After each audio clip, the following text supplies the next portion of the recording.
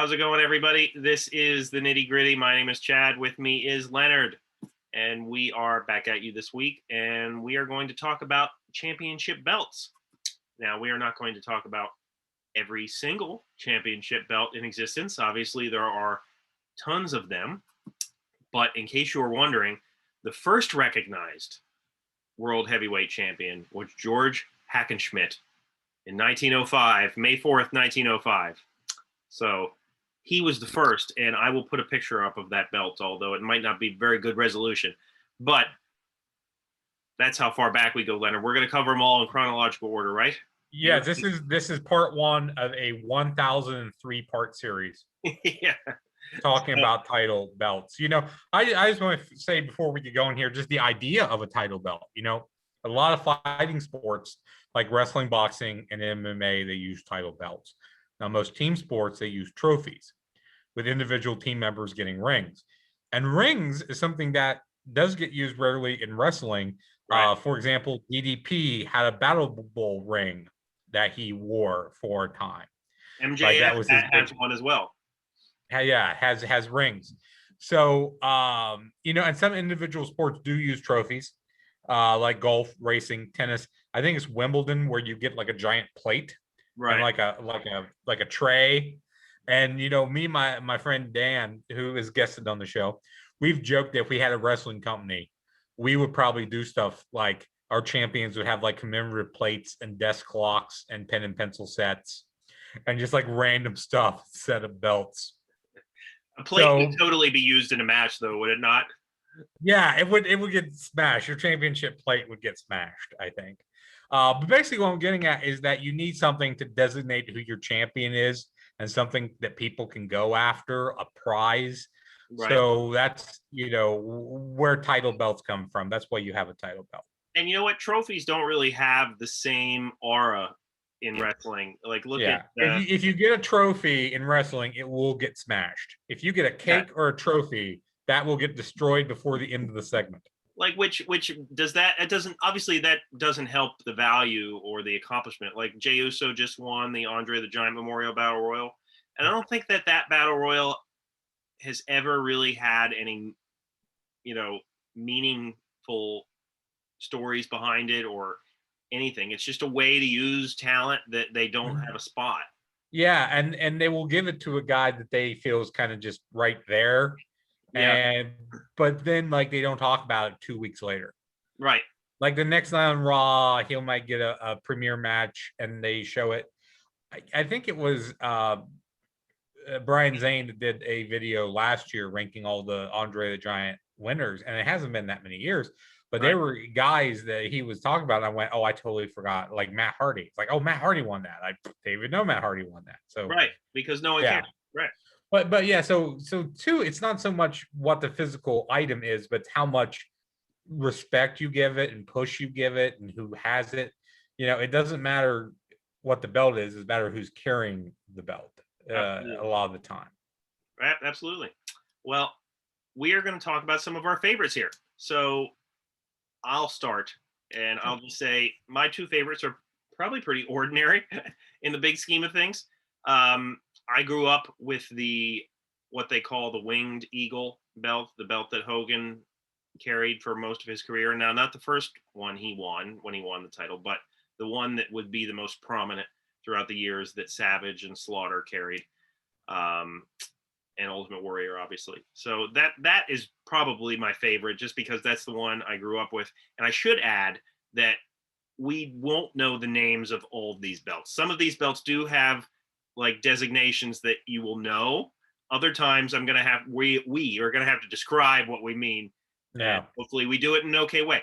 But the other belt that I would have, if I had two to name right off the bat, it would be the big gold belt, which is, and even though my favorite would be Winged Eagle, whenever I was a kid and I saw myself winning the belt, it would probably be the big gold belt. But those are probably my top two. I'm also very partial to the classic Intercontinental style from the 80s. I love that one as well. But Leonard, what are some of your favorites? Well, my top two is your top two. Right. Which I know you said, oh, I'd be surprised if we match up. But I was like, yeah, I bet we are. But yeah, the winged angle belt that Hulk Hogan had from 88, it went all the way up to Steve Austin in 98. And then they changed the style a bit. I vividly remember Mr. Perfect smashing the early version of it with a hammer. Right. And, rumors had it that belt was later used for the hardcore title with duct tape and the words hardcore champion written on it in marker. And while that would make perfect sense for the backstory, that apparently wasn't the case. I was looking up some stuff on that, and I was like, no, that wasn't it. And they never, I don't think, ever mentioned that being the idea on TV, although that would have made total sense. It would have been so perfect to be that way. And just while we're here, I would say, the WWE hardcore title is an ugly belt, but I think it's cool in the distinct look of it and the feel for the division.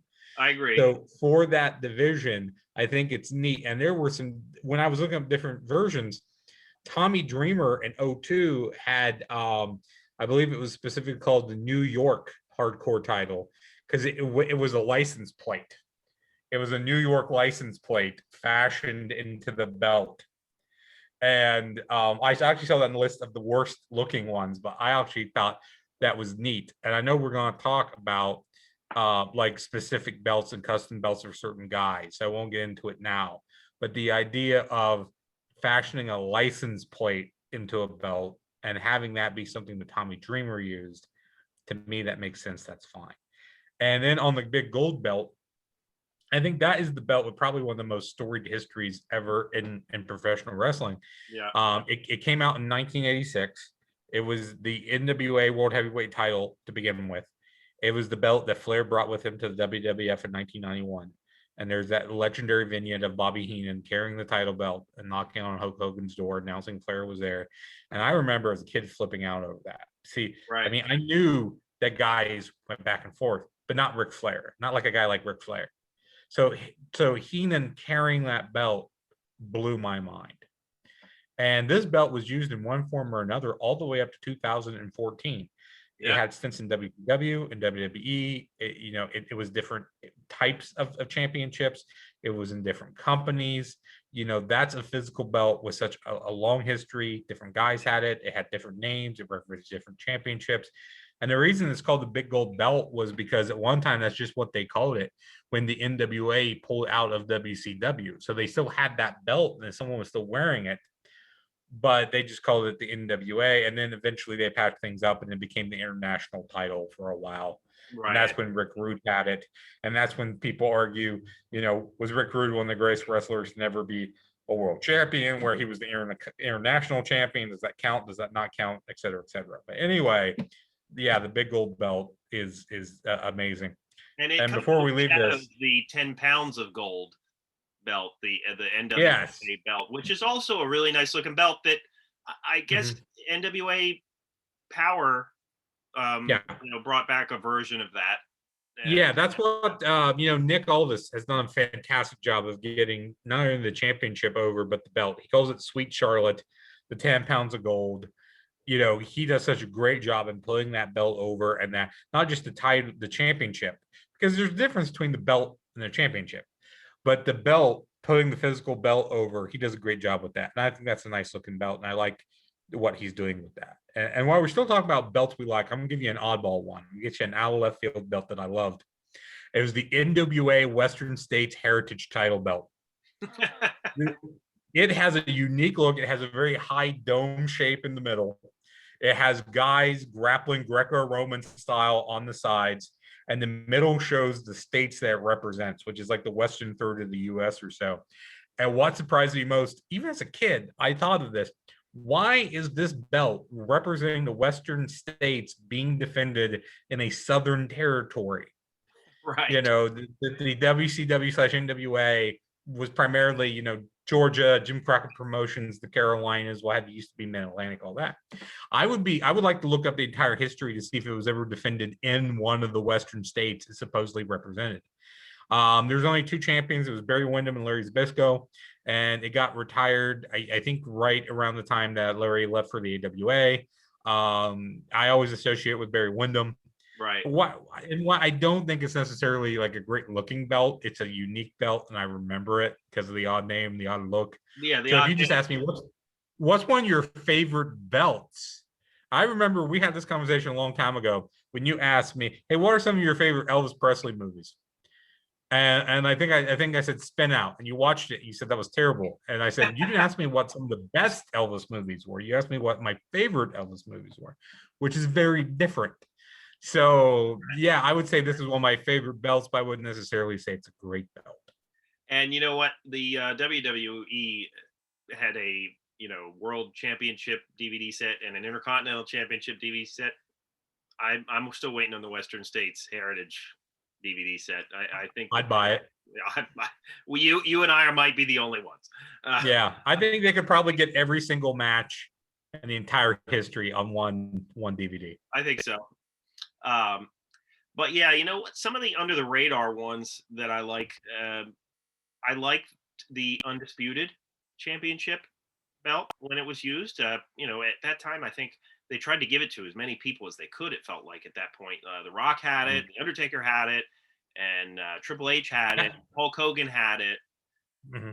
That was the belt they used after they retired the two belts, right? The WWF belt and the big gold belt, right? Yes, yeah. When they combined both, yep. And eventually they would go back to having two belts and having a belt on different shows or whatnot. But I like the Undisputed belt. I think that it stands out because it was those two famed championships combined.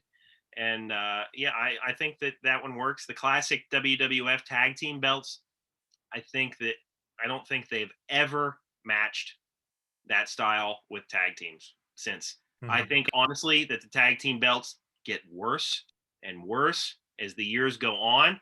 Might be a hot take, but yeah. Well, the ones currently, I think what the Undisputed tag belts, and then the ones they have today, which are kind of similar, would be on my worst list because they just look the big circular plates, and it's got the two like gladiator heads on it. Why? They're just not. They're not aesthetically pleasing. They're a lot different than everything else they're using, which isn't necessarily bad. But I just don't think they fit. Yeah, I agree with you. And you know what? On that note, since you talked about some of the worst, and again, this might be an ordinary one. I wasn't a fan of the spinner belt. I just wasn't. I thought that it looked like a gaudy piece of jewelry that you would find at a little store in the middle of a mall. I thought it was stupid, and I've never enjoyed it. I think it devalued the belt. I really do. I think, and anybody who says that the belt doesn't mean as much today, and they'd be right, but I think that started there. I really do. But that's definitely the first one that I can think of that I really didn't like at all. And I know we were going to talk about specific like custom belts for different guys, and we can touch on this now.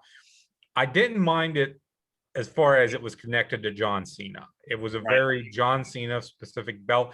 I didn't necessarily think it looked great, but I got it. Now the problem I had was when you had other guys, Randy Orton, CM Punk, Sheamus, carrying that belt, because it doesn't make any sense for them to have that belt. Right. And it also says that, John Cena is going to get this back in like a month or something, because because why would they would change it if they were going to keep it, Like I like today where they have the nameplate. So it's very easy to custom the belt to the guy with the nameplate. That's fine. Right. And then you had the angle where Edge winds up having, I believe it was Lita, threw the belt in a river. And then he comes out with the rated R superstar version of the belt. And that's an ugly belt, but I like the storyline of it because it's Edge making fun of John Cena in a very Edge way. So I like the storyline, even though that's an ugly belt too. So again, I'm fine with it being this is something specific to Cena, but it doesn't make sense for other guys to carry it. And two, if you think merchandising, it's a great toy for kids. Kids wanted that spinner belt, and you always saw the spinner belt, and you always saw the spinner belt in stores, and when I would walk by a toy shelf, I would flip it, Thank you. We needed to know that. Yes. Yeah, no, you're right. And before I'll touch on some of the personalized things there. Um, other belts that I really don't think, not that they would make my worst, but I would say that ECW never really had a iconic looking championship. And I looked at some of those preparing for the show, and like none of them really stood out to me as being all that great. And I think that when now you have Taz with his FTW belt on AEW, and that belt now is probably more notable in terms of appearance anyway than any belt ECW actually had. That's what I was going to say. The only belt that people remember from ECW probably, well, yeah, they had their world belt and the TV belt, etc. But is the FTW title because it was unique, it was different, it was specific to Taz. Again, I don't necessarily think it's a great looking belt. I don't think I've seen it since he brought it back. I know what the original version looks like. But yeah, I mean, it's unique, and I think it's memorable in its uniqueness. Yeah, and obviously there are a lot of personalized belts out there. Stone Cold had his Smoking Skull belt, which I thought was okay. A lot of people might not know that The Rock has had a championship belt, the Brahma Bull edition, which there are. Was that ever used? Was that ever used? It was never used on TV, but it really is a good looking belt for The Rock. I think he has it. Like it's just something he has. But yeah, I've seen pictures of it, and it looks cool. Yes. Yeah. I think in later years, they made one for the Undertaker as well, which suits him.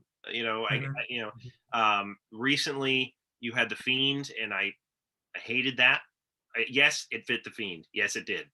But I thought that it just what was that? It was like a horror movie prop. Like one thing to mention when we talk custom belts that people might not think about is the Ultimate Warrior. He had custom colored straps, which I like. And that was the first time I ever think I saw different colored straps on a belt. So it was the same plates and everything. It was just put on different straps. And of course, the Warrior was very colorful, and he had certain colors to his palette. And I think there was a purple one and maybe a green one. But I think that was cool. I think that was a way of letting the Warrior add his own flavor to it without doing something like the spinner belt, like having tassels hanging off of it or something stupid, It was a subtle change that made sense, and it didn't take away from the original belt design. No, I think it looked nice with him. Colored straps maybe wouldn't have worked for, say, Hogan, but I think they work for Warrior fine. Yeah. And you know what? My favorite personalized belt, and I don't know how much you're going to go to agree with this, Leonard, but was Daniel Bryan's eco-friendly world champion. Oh, I love that. I liked it for how fun it was. It was made out of wood. The fact that it was a wooden belt. I thought it fit his character so well. And not that I'm a huge fan of that belt design now, but I thought that fit his character so perfectly. And again, it was a change, but didn't take away from the original design. It was just, it fit Daniel Bryan's heel character. So it was made of wood. Right. And I'm from a neck of the woods where there's a lot of woodworkers. So like I could get a wooden belt made. I know guys, I could say, hey, can you make me this? And they go, yeah, and I would have it in like 2 days. It sounds like a mafia boss. I have belt guys. I can get it done. Just give me a couple. I can get it done. You want to tow and get your tow by 3:30. All right. So let's talk about current designs. Okay. And we already did. I've got a couple of bad belts I wanted to mention before we go. Are we still talking bad belts? Let me throw a couple of bad belts. I got one's a current one. Well, I'll save the current one for last then, so we can go into current belts. So one, I want to mention the Divas title, which it has a unique look to it, which I think is good because it sets the ladies division off from the men, but at the same time it screams this is a girl's belt. It's over the top, feminine looking with the pink accents and the butterfly wings. And I think it undermines the division, which at that time they were getting better workers in. They were trying to be taken more seriously, but they're fighting over what looks like, what a little girl would wear at her princess party, for her birthday, the tiara and the belt. So I didn't like the Divas title. When we were looking, I was of course looking at ugly belts before we were coming on. I Googled ugly belts. This one popped up. I don't remember it, but I looked at the picture and it is the most god-awful thing I've ever seen in my life. It is the Jeff Hardy Immortal title belt from TNA. that was used in 2010. It looks like something from the She-Ra Princess of Power toy line. I With think I pink remember it. Yeah. and purple colors. It has like Jeff Hardy's face on the face plate. It is a nightmare. It's nightmare fuel. TNA had some really ugly belts. They like did. the X Division ones would just, it was like with the big X on the front, but the X's were off center, and for some reason it doesn't look right. But anyway, the Jeff Hardy belt is probably the ugliest damn thing I've ever seen in my life. And then the current belt, which is ugly, which will get us into current belts, which I think, and I guarantee you this is on your list, is the 24/7 title that the WWE is using. Now, when I first saw it, I thought it was like a clock on a wall from a retro diner. Yeah. The gold is okay, but the green is ugly. Yes, it is. And the design just feels really amateurish. I mean, it doesn't look like a real wrestling title belt to me. It looks fake. Yeah. And that's because of the color, and it's because of the design.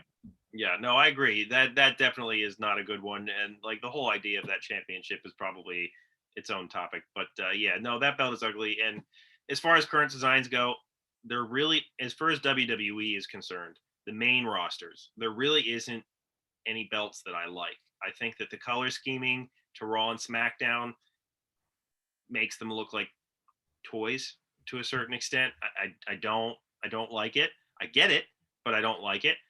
The belts that I do like under the WWE banner are the ones in NXT and even NXT UK.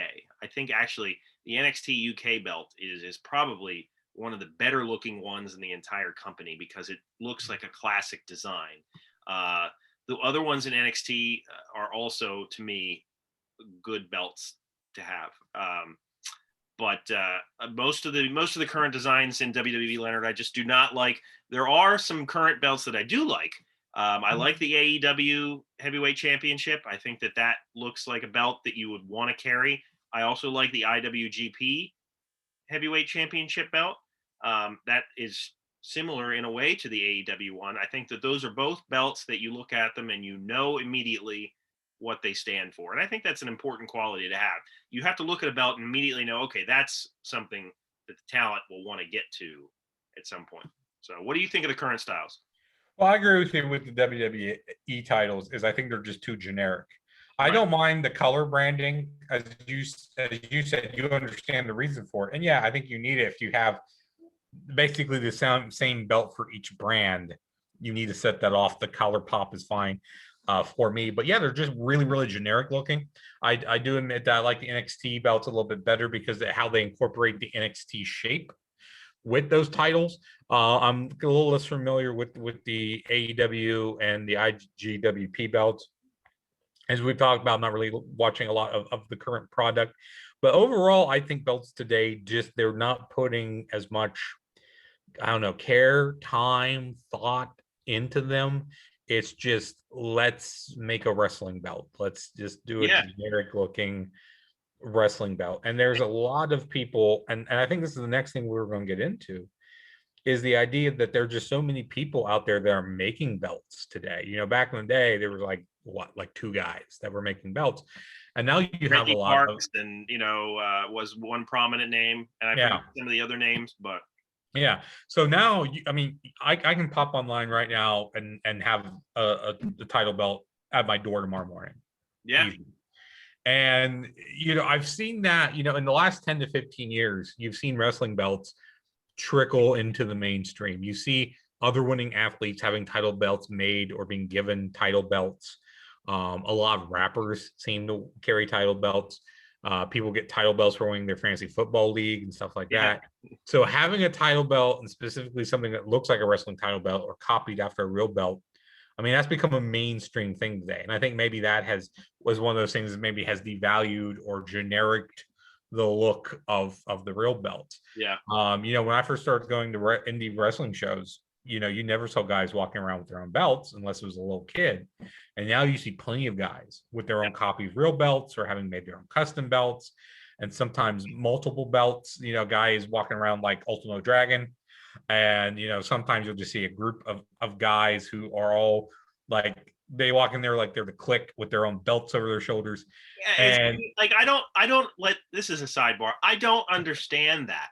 Like I understand getting it. I would love to have my own belt, but if I did it, you know what?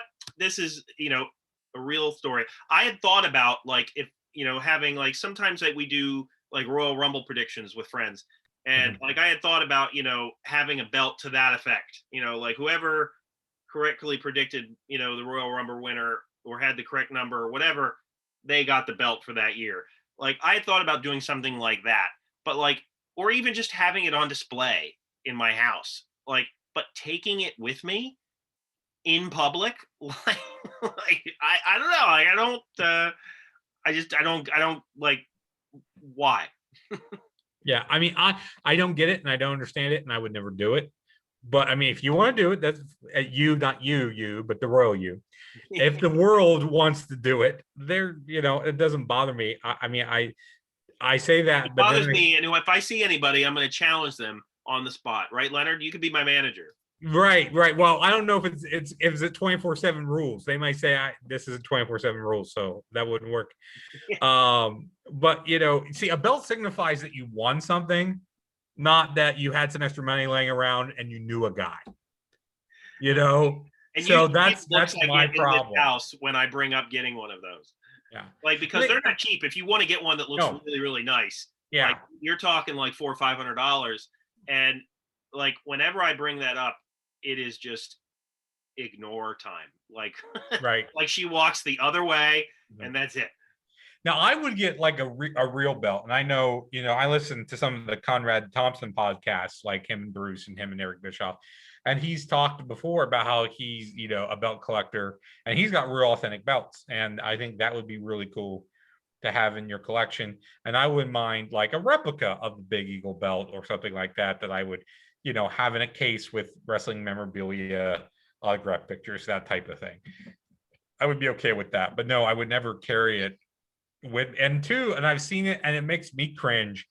Like you get a picture of you with your belt with like a real wrestler. Right. I was the last, because I'm thinking the last show, one of the last shows I was at before the pandemic was in Marietta, Ohio, and Christopher Daniels was there. And I have a picture with me and Christopher Daniels. But like I remember people going up with like the title belts and they want him to hold the belt and to point at the belt and be like, I'm Christopher Daniels and this is the best fucking belt ever and stuff like that. You're gonna have to bleep me. Sorry about that. And like I felt bad for Christopher Daniels because I would guess that he would be the kind of guy that would want to tell these people, to screw off. While at the same time, right? Because like it would be like the NWA Big Gold, and it's like a belt that he never even farted near. Yeah, right. They still want him to hold it or to, point at it or whatever in these pictures, and whatever. I could just imagine what's going through his mind. And then too, like Madison Rayne and Victoria were there too, and they were doing the same thing. Like you've got Madison Rayne holding the big gold belt, or the Winged Eagle title, or your, the Octo Frank World Championship. Yeah. And said bring a call back, like something that totally made up that you had made, and it just doesn't make any sense. Jimmy the Swordfish and Octo Frank. An Octo Frank tag team title championship belts. No, it's become its own thing. You can kind of get a belt whenever you really want one, and I mean, in terms of Conrad Thompson, he has a hellish collection. There's pictures and stuff on Twitter that he's posted, and even if you are a subscriber to his Patreon, which I'm not trying to plug, but they have a whole show on there called Title Chase, where he talks about, I think, the way he got a hold of said belt, and like he has some belts that like he's not supposed to have, and it's like its own little clique, the belt traders. Like, he won't say some of their names when he talks about it on the podcasts, but like they all know each other, and if they get something new, they let the other guy know and they trade and stuff like that. So it's like its own thing if you have the money for it. So yeah, doesn't he have the big gold belt because he's married to Megan Flair? I think, or he has access to it. He think he has one of them, and I know he has one of the classic Intercontinental title belts, because he's Yeah. teased Bruce about it before. Yeah, I know that. I remember I listened to what happened when, and he's getting on Tony Schiavone to get him like the NWA 6-man belt. He wants one of the Yeah, 6-man and titles apparently because he Tony went says he through. knows where one's at or something. Tony said he had it possibly in a box in his attic, and apparently I've heard a story that like he was allowed to go through there and look for it, but it was never found. So, Find it. but yeah, no, but it's interesting. The older I get, the more I pay attention to things like this. And we talked about the belt design and how maybe not as much attention to detail has gone into it in certain cases, anyway.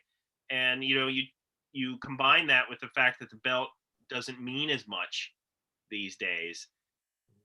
Combine that with the design, and it's kind of a sad point. And I was thinking, when you were talking about in our move episode where we were talking about the bell curve of the move, I really think that the belts have that same type of curve, because the early belts, a lot of them, if you look at some of those skinny belts that those older gentlemen had, they are not like good looking belts, and they don't flatter those gentlemen's bodies at all. No, they're a little more than an actual belt I would wear now on my pants. Right. Just with, a couple larger, like a larger front buckle and maybe a couple plates on the side. Right. And so I think in that vein, I think we've seen the peak.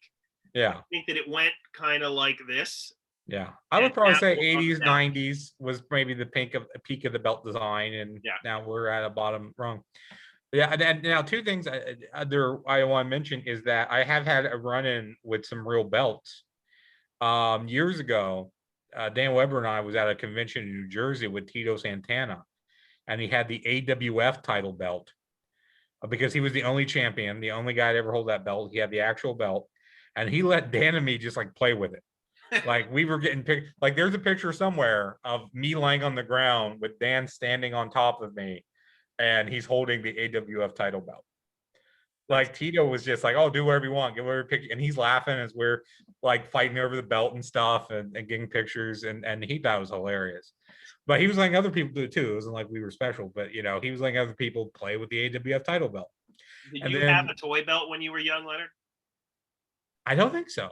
I don't remember. I remember even then when I got it, it was like the older Hogan version belt. I it was the Winged Eagle. I got it as a toy when I went to an event, and I remember even when I put it on, I was like, "Oh man, this is a piece of shit." Like it was like too big for me, and like Velcro wouldn't stay on. yeah. The kids' belts they don't work. And then the other thing was, I don't remember the company, but it was an indie show in West Virginia, and the Barbarian was there, and the Barbarian was the champion of the company. And I want to get a picture with him. And this picture is on my Facebook page. You can find it. Is he put the belt over my shoulder and he slapped it and he said, "You are my champion." And I got a picture of him with the belt. So those are my only two like real belt experiences, having touched or having been with a real wrestling title belt. And of course, when as we've talked about, you get down on your knees like Shawn Michaels and you clutch it. No, I did not. I did not want to embarrass the Barbarian. And I think I told the story too. That same night during the match, the Barbarian was out of the ring, and he remembered us, and he had Dan chop him in the chest. Like the face was holding him, and he let Dan chop him. And on the drive home, like an hour later, Dan's like, "My hand is still shaking," because of how just solid it was. Like he said, it was like hitting like a solid brick wall. That's how solid the Barbarian still is. That's awesome. But anyway, yeah, those are, I think, and I've been around some other guys. I've seen some other belts and different things, but I think those are my only experiences of having been with actual like real title belts and holding the title belts and such forth. Absolutely. And I think we talked about some of the notable ones here, and we could talk for a long time about the various designs. And Leonard thankfully touched on TNA's belts, and none of them, again, like ECW, I don't think a lot of them really stood out. Well, the X Division ones did stand out, I guess, to whether your opinion is good or bad in that way. But that's the one when you think of TNA that you would remember, like, oh yeah, that's the X Division belt, for better or worse. But but yeah, title belts are such a big thing in wrestling, and I love, on a sidebar note, I love it when people wear them around their waist. Some of the things, like holding it over your shoulder is one thing, but I forget who, like some guys would like drag it Yeah. side, like come on, like just like I walk. was trying to remember who would drag it. There was a couple guys that would drag it. Nobody seems to wear them around their waist anymore. And like that's where you Rare. wear a belt. Either they carry like I like we talked Nick Aldis in the 10 pounds of gold. I like how he carries it though. Yeah. Because he carries it in a very prestigious way. Like he Right. carries it like it's a fine bottle of because champagne. He's in the tailored suit and he's carrying it like that, and that's fine. But a belt should be worn. So Rhea Ripley and Bobby Lashley both. Yes, both I know I've seen that. I like that. Yeah. And of course, when you had guys like Ultimo Dragon who had like 7 different belts, you wear one, you have them on the shoulders. That's okay. I think that's a very impressive look to show how many titles you have. And now that I mentioned that, Dan and I, we know a local indie wrestler, and his name is Jock Sampson. Shout out to Jock Sampson. And he has like, because he wrestles for a bunch of different indie companies, and he's got like a bunch of different title belts. So it's like he's got like all these title belts like in the trunk of his car, and it's like he pops the trunk and he's like, okay, where am I at tonight? Okay, that's this one. Okay. And he gets it out, he takes it. I remember seeing a picture back when I was younger in Pro Wrestling Illustrated or one of those magazines, and the first time I saw anybody with multiple belts on, it was Jerry Lawler, and there was a point there where like he had like I don't know, like 4 or 5 different belts on him, and like that, what a visual that is. Like you were talking about the Ultimo Dragon. I think I just watched one of the events where he came out. He was facing Rey Mysterio, and he came out with like 4 different belts. And yeah, he's like wearing all of them, and he's got them like ringed up the arms, and yeah. But it just goes to show you some guys are world travelers in that way, and they like to flaunt it. And I think that that's a good thing.